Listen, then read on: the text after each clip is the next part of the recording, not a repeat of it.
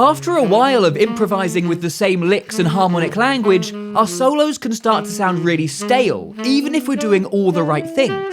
So let's go over 3 really easy diminished patterns that you can use to spice up your solos and re-inject some life into your playing. Now, these patterns are all built off the diminished scale, which is a bit of an unusual one because unlike the modes that we normally talk about in jazz, it's not built off the major or the minor scale. Instead, it's made up of a really short repeating pattern. It always goes up a semitone and then a tone. And that pattern just keeps repeating forever.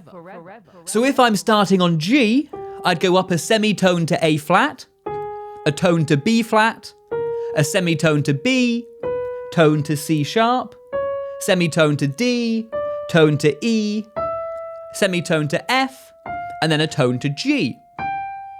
So the whole scale would sound like...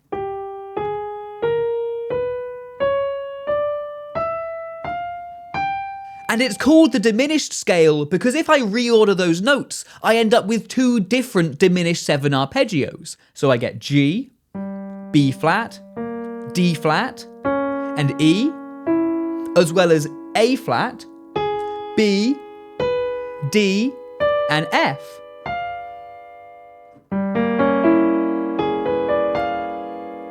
And despite its name, it sounds great on dominant chords. And this is because we've got all of those chord tones. So for G7, we've got G, B, D, and F. And we've also got some tasty extensions. We've got the flat 9, the sharp 9, the sharp 11, and the natural 13th.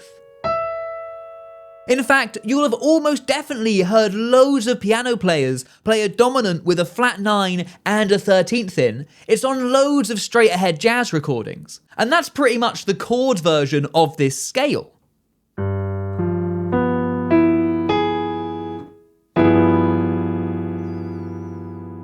Now the first of these patterns is super simple and a Sonny Stitt classic.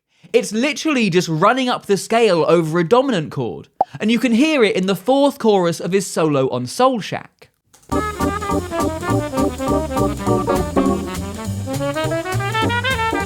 Now here, after a cheeky enclosure, he just starts running up the scale from the 3rd. Now it's an E flat 7 here, so we're talking a G in concert pitch. So we get... But to be honest, you could start it on any chord tone and get a very similar sound. So starting on the root,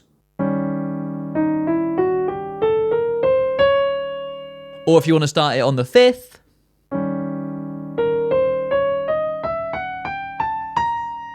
anywhere.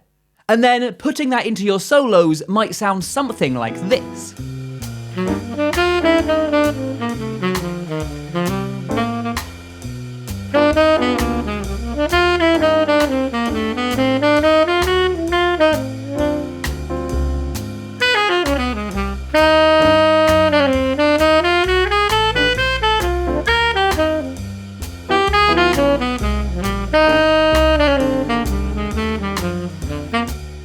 And although the diminished scale is mainly used over dominant chords, you can actually use this same pattern over a minor chord. Kenny Garrett uses it starting from the 5th over an A minor on his solo in Wooden Steps.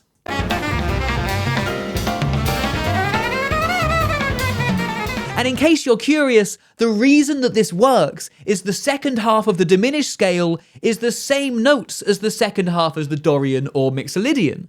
So if I'm thinking in terms of the G7 again, well, G Dorian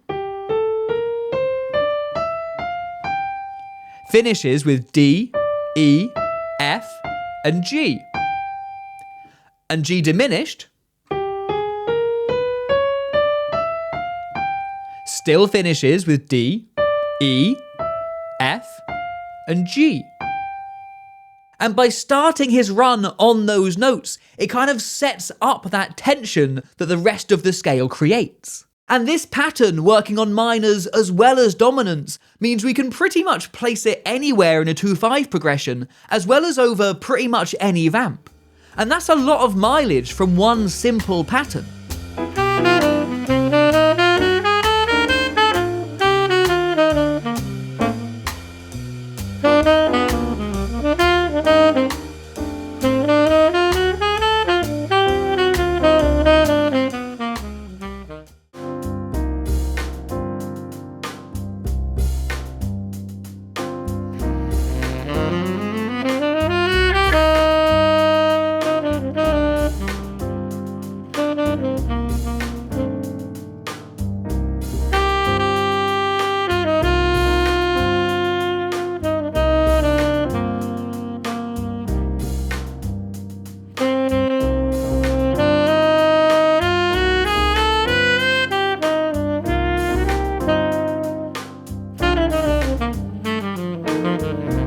The next pattern is another classic. Rollins plays it, Cannonball plays it, Oliver Nelson plays it.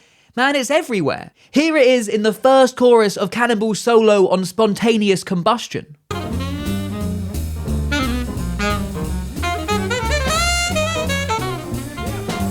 Here, we've basically got a two-note cell. We start on the root and move down one note. So if I do it on a G7, we'd get... And then we just move that two-note cell up through the diminished arpeggio. Or to think of it another way, we're moving it up 2 notes of the scale at a time. Now we just heard Cannonball do it as triplets, but playing it as 8th notes is just as legit. Either way, playing it slowly would sound like this.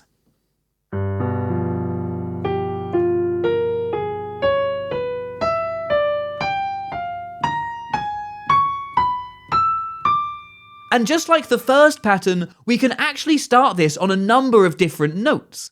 Most commonly it started on the root or the 13th of the chord, but you could also start it on the sharp 9 or the sharp 11 and it will still sound great. And just like before, you can use this on chord progressions or over vamps.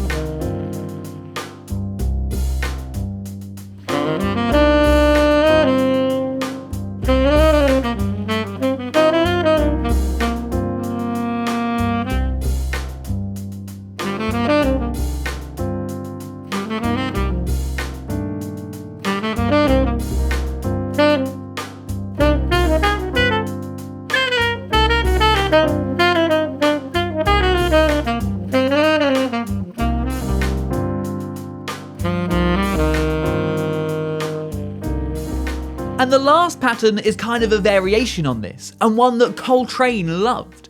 Rather than taking that 2-note pattern and just moving it up through the scale, he groups those 2-note patterns into pairs, and then moves each pair down a minor third. Have a listen.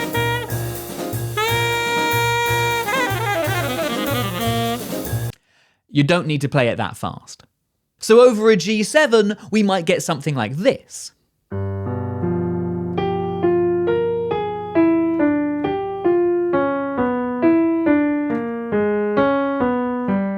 And by now, you know what I'm going to say next. You can either use this on dominant chords as kind of like your default, or over minor chords if you want a crunchier sort of sound. And just as before, you can use it over chord progressions or over vamps.